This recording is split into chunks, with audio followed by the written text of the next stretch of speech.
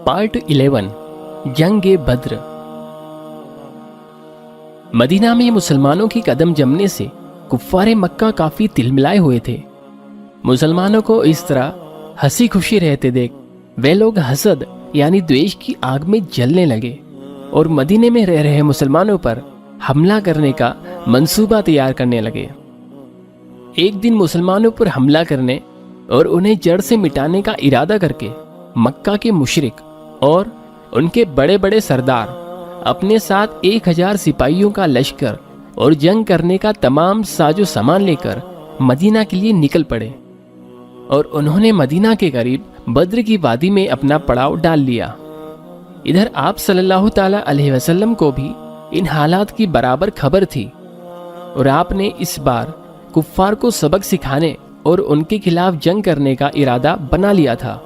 आप सल्लल्लाहु ताला अलैहि वसल्लम ने अपने तमाम सहाबा को जमा किया और उनके सामने सारे मामलात रखे और उनका मशवरा जानना चाहा। सभी ने आप सल्लल्लाहु ताला अलैहि वसल्लम के इरादे पर रजामंदी जाहिर की। फिर उनमें से एक सहाबी ने अर्ज किया, ए अल्लाह के रसूल, आपने जो कुछ इरादा फरमा लिया है वो कर गुजरिए। कसम है उस जात की जिसने आपको हक के साथ भेजा है, हम आपका साथ देंगे और हम में से एक भी पीछे ना रहेगा। हम हर मौके पर हमेशा आपके साथ हैं। 17 रमजानुल मुबारक सन 2 हिजरी 13 मार्च साल था 624 ईस्वी। इस्लामी तारीख में कुफ्फार के खिलाफ मुसलमानों की पहली जंग थी। एक तरफ अल्लाह पर ईमान रखने वाले 313 मुसलमान जिनके पास जंग करने का कोई मुकम्मल साजो सामान भी नहीं था, और दूसरी तरफ साजो सामान से भरे 1000 से ज्यादा काफिरों का लश्कर था जो तौहीद की इस आवाज को हमेशा के लिए दबा देना चाहते थे। लिहाजा जंग शुरू हुई और अल्लाह का ऐसा फजल हुआ कि ये 313 सहाबियों ने कुफ्फार के 1000 के लश्कर से डटकर मुकाबला किया और उन पर भारी पड़े और कुफ्फार के लश्कर को ऐसी हार हुई कि गोया उनकी सारी ताकत ही टूट गई। ये जंग शाम तक भी ना चली और अल्लाह ताला ने इसमें मुसलमानों को फतेह बख्श दी। जंग में कुफ्फार के लगभग 70 आदमी मारे गए और इतनों को ही कैदी बना लिया गया। मारे जाने वालों में उनके लगभग सभी बड़े बड़े सरदार खत्म हो गए। इधर से कुल 14 मुसलमानों ने शहादत पाई। यह जंग मदीना से कुछ मील की दूरी पर बद्र की वादी में हुई थी। इस वजह से इस जंग का नाम जंग बद्र पड़ा। कुफ्फार के खिलाफ इस जंग ने यह फैसला कर दिया था कि मुसलमान कमजोर नहीं हैं और जज्बा ईमानी के साथ बड़े से बड़े दुश्मन से मुकाबला कर सकते हैं। नतीजा ये हुआ कि मुसलमानों की इस अविश्वसनीय जीत ने अरब के लोगों को चौंका दिया और अरब के साथ साथ दूसरे कबीलों में भी इस्लाम का वजन बढ़ गया।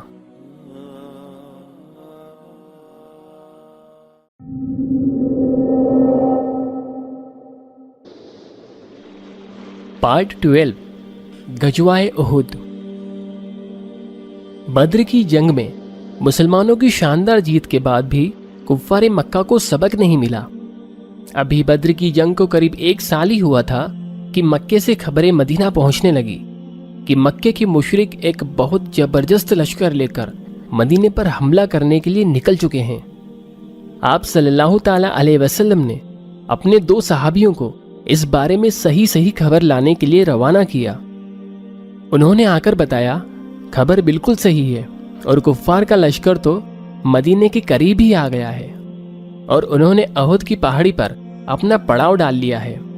अहुद का पहाड़ मदीने से लगभग 4 मील के फासले पर है, इसलिए इस जंग को गजवाए अहुद का नाम दिया गया। आप सल्लल्लाहु ताला अलैहि वसल्लम ने अपने सहाबाओं से मशवरा किया कि क्या कुफ्फार की फौज का मुकाबला मदीने में ही रहकर किया जाए या मदीने से बाहर निकलकर। इस पर बद्र की जंग में शरीक ना हो पाने वाले जवानों ने जोश व खरोश से इस बात पर जोर दिया कि मदीने से बाहर निकलकर कुफ्फार से मुकाबला किया जाए। आप सल्लल्लाहु ताला अलैहि वसल्लम ने इन नौजवानों के जोश को देखते हुए उनके इस मशवरे को कबूल फरमा लिया। इसके एक दिन बाद آپ صلی اللہ تعالی علیہ وسلم نے جمعے کی نماز ادا کی اور پھر اپنے صحابیوں کے ساتھ شہر سے روانہ ہوئے۔ اس بار کفار کے خلاف مسلمانی فوج میں صرف 700 لوگ تھے، لیکن ان کے دل جذبہ ایمانی اور رسول اللہ کی محبت سے بھرے ہوئے تھے، اور اسی جذبے کے ساتھ وہ لڑائی کے میدان میں اترے۔ جنگ شروع ہوئی اور مسلمانوں نے بڑی ہی بہادری کے ساتھ ڈٹ کر کفار کی فوج کا مقابلہ کیا۔ تھوڑی ہی دیر میں دشمن کے پاؤں اکھڑتے محسوس ہوئے اور مسلمانوں کو اپنی فتح صاف نظر آنے لگی، لیکن ادھر کفار کے ایک فوجی افسر خالد بن ولید نے دوسری طرف سے آ کر مسلمانوں کو پیچھے سے گھیر لیا اور ان پر حملہ شروع کر دیا۔ شروعات میں تو مسلمان اس اچانک ہوئی حملے سے گھبرا گئے، لیکن پھر انہوں نے بڑی شدت کے ساتھ کفار پر پلٹ وار کیا۔ کفار خوف کے مارے پیچھے ہٹنے لگے اور میدان چھوڑ کر بھاگ کھڑے ہوئے۔ اس طرح مسلمانوں کو مٹانے کا ان کا خواب اس بار بھی خواب ہی رہ گیا اور انہیں خالی ہاتھ واپس لوٹنا پڑا۔ جاتے جاتے مکہ کے سردار ابو سفیان نے اعلان کیا کہ ہم اگلے سال پھر مقابلے کے لیے آئیں گے، اور مکہ واپس آ کر اس نے مسلمانوں سے اور بھی بڑی جنگ لڑنے کی تیاری شروع کر دی۔ اس جنگ میں 70 مسلمان شہید ہوئے اور 40 گھائل ہوئے، ساتھ ہی آپ صلی اللہ تعالی علیہ وسلم کو بھی کافی چوٹیں آئی۔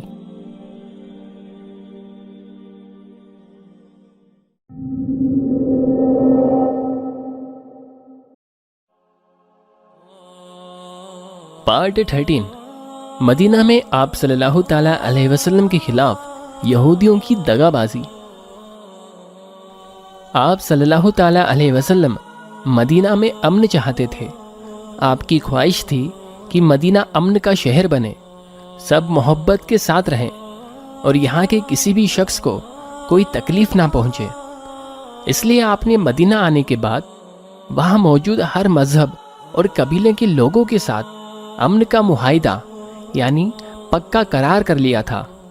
آپ صلی اللہ تعالی علیہ وسلم نے کبھی بھی آگے رہ کر جنگ کی پہل نہیں کی اور ہمیشہ امن و امان قائم رکھنے کی التجا کرتے رہے، لیکن مدینے میں رہنے والے یہودی اور منافق ہمیشہ آپ صلی اللہ تعالی علیہ وسلم کے خلاف سازشیں کرتے اور مسلمانوں کو نقصان پہنچانے کے منصوبے بنانے میں لگے رہتے، اور دھیرے دھیرے مسلمانوں پر ان کے ظلم و ستم میں اضافہ ہوتا گیا۔ ایک بار کا واقعہ ہے جب مسلمان آپ کے ساتھ بدر کی جنگ کے لیے گئے ہوئے تھے تو یہودیوں نے مدینے میں دودھ بیچنے والی ایک غریب عورت کو بھرے بازار میں جبرن ننگا کر دیا۔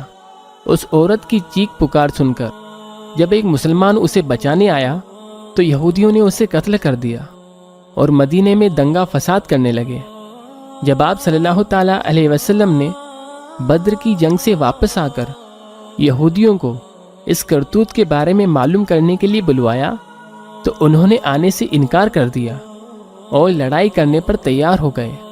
مدینہ کے منافق اور یہودی ہمیشہ آپ صلی اللہ تعالی علیہ وسلم کے ساتھ دغا کرتے آئے تھے۔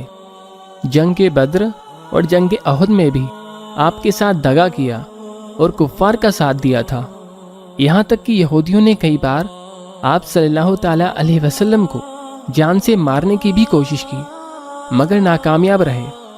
آخرکار یہودیوں کی اس رویے سے پریشان اور مجبور ہو کر آپ صلی اللہ تعالی علیہ وسلم نے اپنے ساتھیوں کے ساتھ ان کے قلعے کو گھیر لیا اور انہیں مدینہ چھوڑ کر جانے پر مجبور کر دیا۔ یہودی اپنے ساز و سامان سمیت مدینہ سے نکل کر خیبر میں جا کر بس گئے۔